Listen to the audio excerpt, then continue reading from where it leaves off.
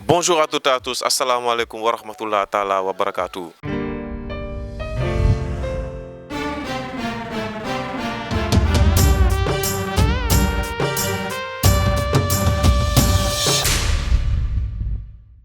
Donc aujourd'hui on est là ci ndogu plaignant saison 2 hein. Saison 1 bi comme ni ngeen ko gisee cliquez sur le petit i ngeen dem seetaan sketch yi fa nekk defoon naa 26 épisodes donc ren saison 2 bi on a changé le format dañu def benn waxtaan donc je serai pas seul ici j'ai mes invités ñu ngi fii naa joxe sujet bi après ñu def tour de table xam nga waxtaan ci vite fait donc sujet bu tey bi on va parler ci jëw quoi jëw est-ce que góor yàlla war na jëw quoi jëw nag bëri na façon donc déjà damay lancer Mr Laye Laye yow ça va.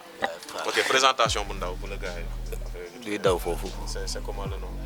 Laye laa tudd. Laye nga tudd ok lan nga tu fais quoi dans la vie?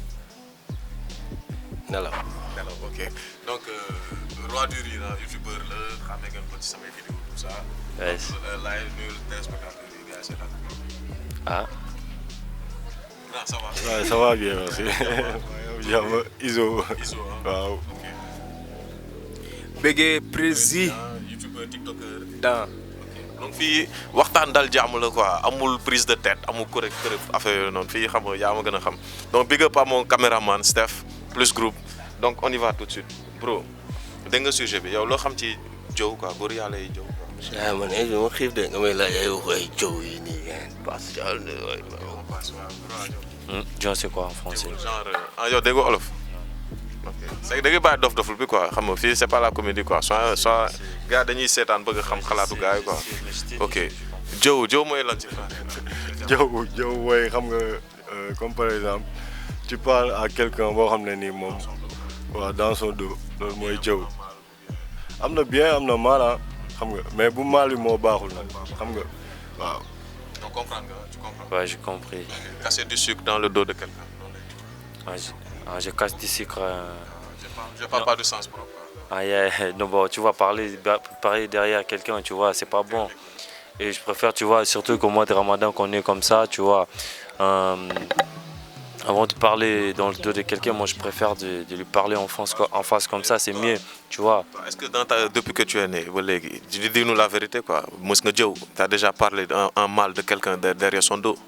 En fait, moi, c'est pas que je parle le mal de quelqu'un derrière mon dos, mais moi, si je parle, quand quelqu'un n'est pas là, quand je parle son nom, et quand il vient, je lui dirai toujours la même chose. Donc, c'est pas que je vais avoir peur de lui. Donc, ce que je lui dis quand il n'était pas là, quand je le vois, c'est ce que je vais lui dire encore.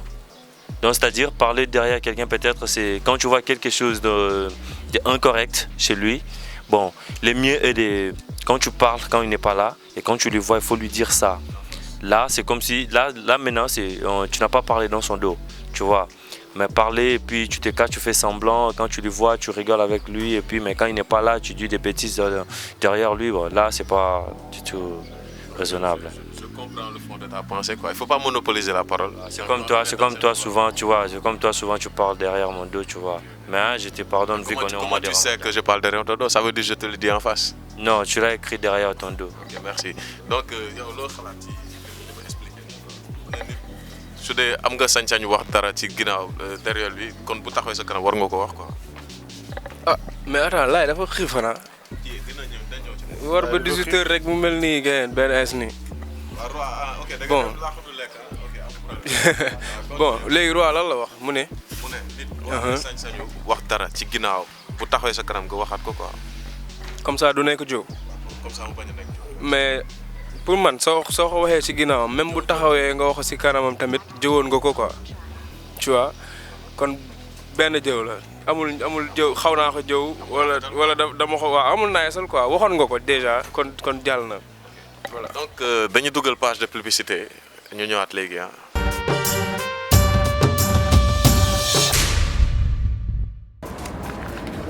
non nga baal ma nag bëggoon naa ci jàpp mais weccit la amul quoi. waaw nga baal ma rek. waaw amoo weccit quoi.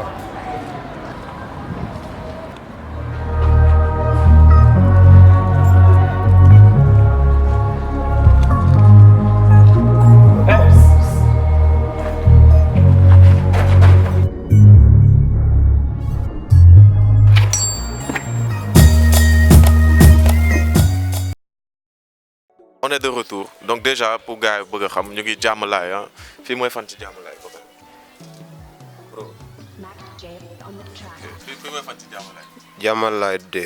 Jàmmalaay de waaw. ok donc yow yaa remplacé roi du rythme moo fi toogoon sànq. xam dafa dem lekki quoi xam nga moom day kii nu mu tuddati. day woor gàlle. déjà jëw naa ko quoi waaye wax ci ginnaaw. donc sujet bi loolu la jëw la. mais est-ce que góor waaw non yàqul yàlla mën na astafurlah rek waaw jëw la léegi wax ci ginnaaw nit quoi jëw yow loo ci xam. non loolu moom day mel ni da nga ko lekk quoi da nga ko peese nga lekk ko quoi. l'islam santaane ko quoi jëw nit si comme ça su fi nekkul quoi waaw loolu moom du yoon moom parce que day mel ni da nga ko lekk quoi. donc ma revenir ci grand bi waaw grand yow jëw waaw mos nga jëw yow. waaw man jëw rek laay def jëw rek laay def mais nag xam nga waaw su ma jëwee nit nag xam nga bu ñëwee taxaw moom du ma ko wax li ma ko jëw damay jàpp sama ñaamu respecté ko xam nga du may jëw si moom daal mooy ay défaut quoi. ay mais défaut jëw ak critique est-ce que c'est la même chose. waaw c'est la même chose waaw jëw ak critique yëpp même chose la parce que comme par exemple boo gisee nit koo xam ne bon day def naka su dul noonu wala xam nga respecté wul xam nga nit ñi wala xamul lu muy waxee xam nga yow boo toogee bu rombee demee yow xam nga doo ko wax loolu mais soo ko waxul sax da nga koy xoolee waaw léegi nag loolu nga koy xoolee itam critique la moog jëw benn la da nga koy critiquer parce que da ngay naan kii xamul lu muy waxee xamul respecté wul société bi waaw. c'est que dañoo remarqué aussi jëw si peut-être ci jigéen ñi la gën a fësee quoi man si li ma gis jigéen ñi ñoo gën a mën a toog di jëw que góor yàlla yi quoi. jigéen moom jëw moom ci moom la nekk.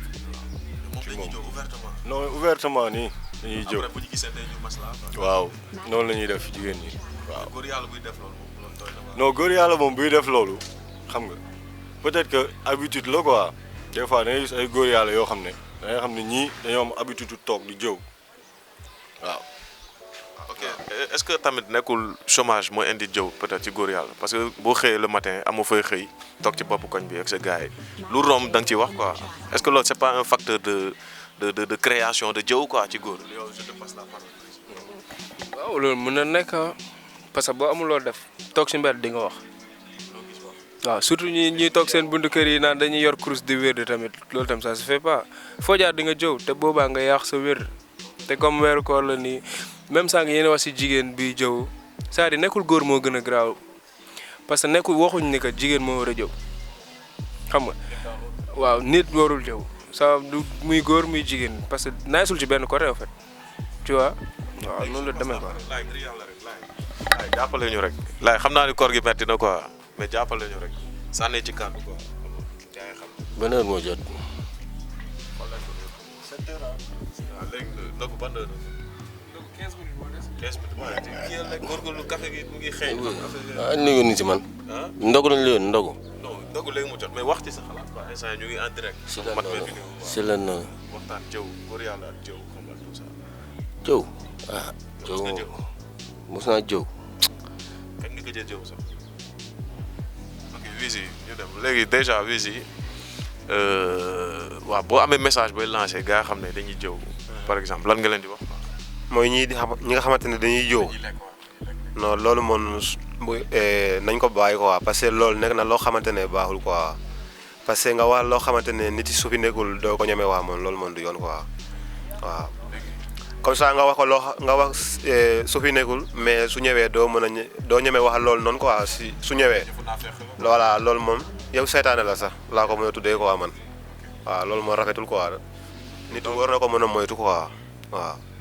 merci beaucoup dañuy ñëw ci fin émission bi donc je vais faire un tour de table gars ku ci nekk xam nga ngeen wax loo xam ne bëggoon ngeen ko wax te xam nga temps bi permettre ñu ngeen wax ko waaw gis nga jëlal mburu ndogu bi waaw déjà grand waaw su dee temps message affaire non man c'est que jëw bi may wax mooy jëw boo xam ne nit ki du def lu normal quoi foofu mën nga ko jëw xam nga te garaawul lu dul yoon am nga droit jëw ko ne kii li muy def nii du yoon quoi xam nga mais jëw bi ñuy wax mooy comme par exemple nit romb rek xam wala nga xamal ko tuuti rek di ko jëw waaw te jëw boo xam ne loolu secret la vie privée la waaw loolu laa lay wax jëw boobu moo baaxul waaw.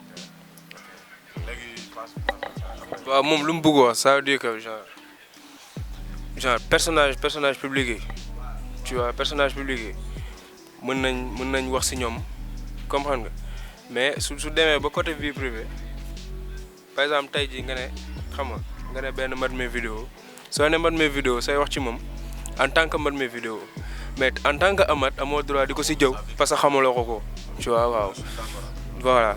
léegi te doon te réseau gars bu ñu la bëgg a contacter si lan ngay yëg. bon man waaw El Prési la xam nga. arobase El Prési sur Instagram. bon TikTok waaw.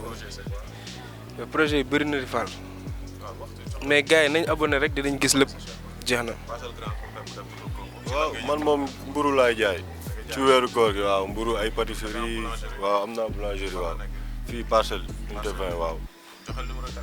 numéro téléphone 77 065 23 24 waaw. oui si waaw am nga salon coiffure déjà si sa bopp atelier la ñu nekk. noonu la demee waaw. atelier bi nekk ak numéro téléphone. non man moom damay canaliser quoi waaw maay jàmmalaay quoi jàmmalaay de 78 169 52 57 quoi. voilà dabala dégradé man moom pobéré muy set quoi damay canaliser quoi. si kaw si suuf yëpp. mooy laay joxel sa mot de la fin waaw. dëgg leen dëgg jot na. Merci. Donc, deuxième épisode de vendredi prochain. À la prochaine, je vous kiffe. Gili Gili. Ñaata pouces bleus, gars. 100 000 pouces bleus. Ok. Ñu braqué business bi. Ciao, ciao. Comme bul demee noonu yow tamit abonnel xam nga te boo cliqué nii à côté di nga am épisode sketch yi saison 1 bi xam nga am dara la de sketch yëpp a ngi fa kon gars yi je vous donne rendez-vous pour le deuxième épisode de Ndogu Plaignant saison 2 yaa ma gën a nëw